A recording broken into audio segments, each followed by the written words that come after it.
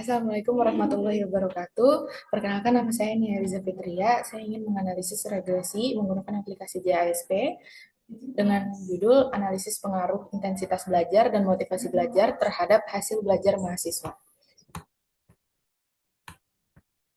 Tugasnya yang pertama yaitu membuat model regresi linier sederhana dengan Y sebagai variabel terikat.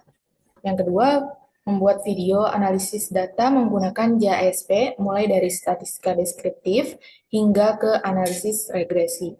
Yang ketiga, tuliskan karakteristik data berdasarkan statistik deskriptif dari tiap data dan interpretasi tiap statistik yang dihasilkan. Yang keempat, tuliskan persamaan regresi yang dihasilkan. Yang kelima, interpretasikan koefisien regresi X atau X1 atau X2. Yang kedua, nilai korelasi R. Yang ketiga, nilai R kuadrat. Yang keenam, lakukan uji signifikansi simultan uji F dan uji parsial atau uji T. Yang ketujuh, buat kesimpulan akhir terkait pengaruh intensitas belajar atau motivasi belajar terhadap hasil belajar. Saya akan mengambil motivasi belajar sebagai X dan hasil belajar sebagai Y.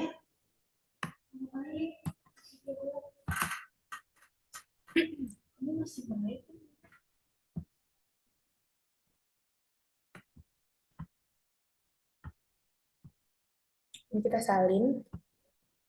Habis itu kita ke JASP-nya. Kita klik new data. Kita paste di sini.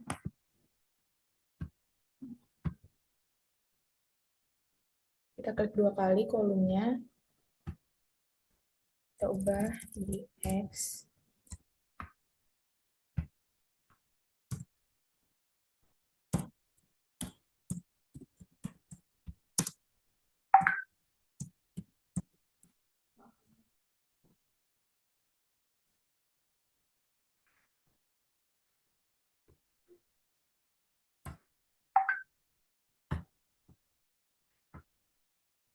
Ini kita langsung klik silang, habis itu discard. Langsung ke kolom 2. Kita ganti jadi Y. Di sini juga kita jadi hasil belajar.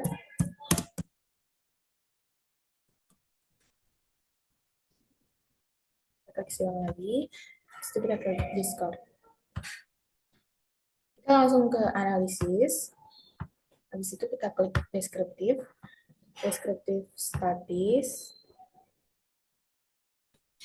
Kita pindahin X sama Y-nya ke variabel.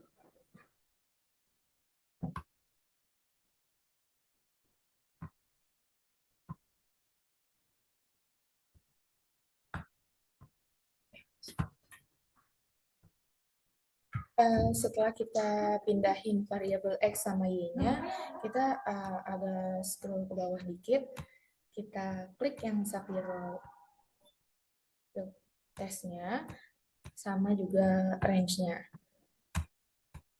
Jadi kalau udah selesai, itu kayak gini. Yang pertama, mean-nya itu, mean X-nya 66,70, yang Y 72,10. P-value of Shapiro-Wilk-nya X itu 0,932, yang Y itu 0,924. Minimumnya yang X itu 57,00, yang minimum Y itu 62,00. Maksimum Y itu ada di 78,00. Ini maksimum Y itu 85,00.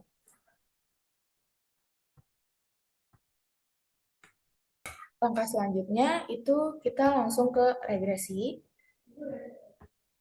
Kita klik yang correlation. Kita pindahin X sama Y-nya ke variabel.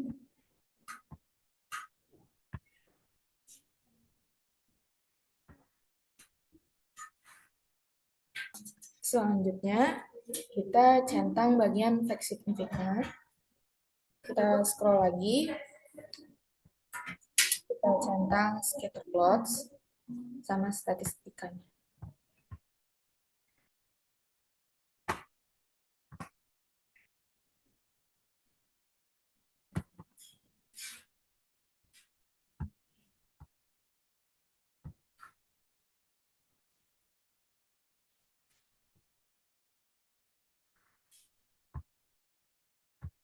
Dari data yang dianalisis deskriptif-deskriptif, itu dapat diketahui bahwa skor motivasi belajar berada pada rentan 57 sampai 78 dengan rata-rata 66 dan nilai hasil belajar yaitu 62 sampai 85 dengan rata-rata 72,10. Secara umum terlihat bahwa mahasiswa dan motivasi belajar yang tinggi cenderung memiliki hasil belajar yang lebih tinggi.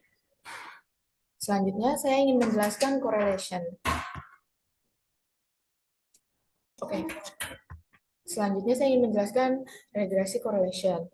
Regresi correlation menandakan bahwa R itu sebesar 0,996.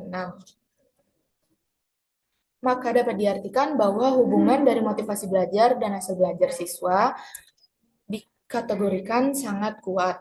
Nah, artinya 0,996 memiliki arti semakin tingginya motivasi belajar mahasiswa akan menghasilkan tingginya hasil belajar mahasiswa.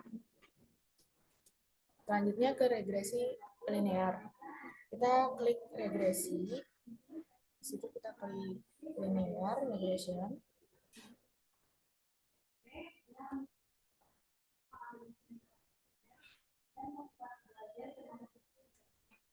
Kita pindahin variabel X sama Y-nya ke covariates. Selanjutnya kita memindahkan X ke covariates dan Y-nya ke dependent variable.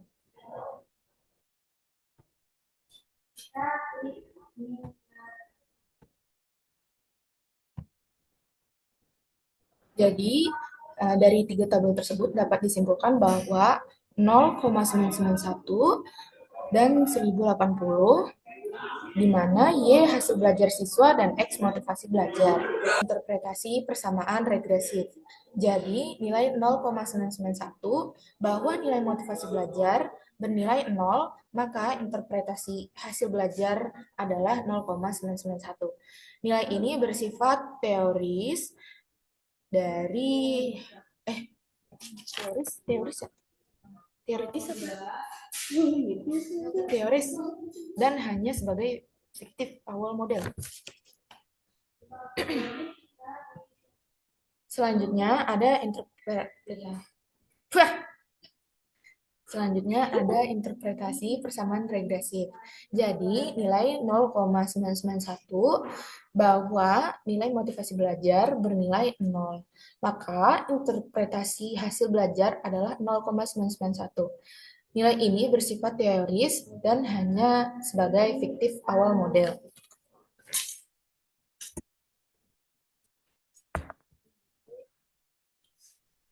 Jadi, dari data tersebut dapat disimpulkan bahwa motivasi belajar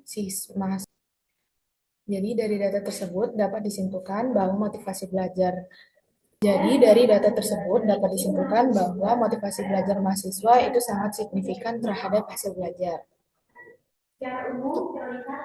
Sekian proyek hasil analisis regresi dari saya. Kurang lebihnya mohon maaf. Wassalamualaikum warahmatullahi wabarakatuh.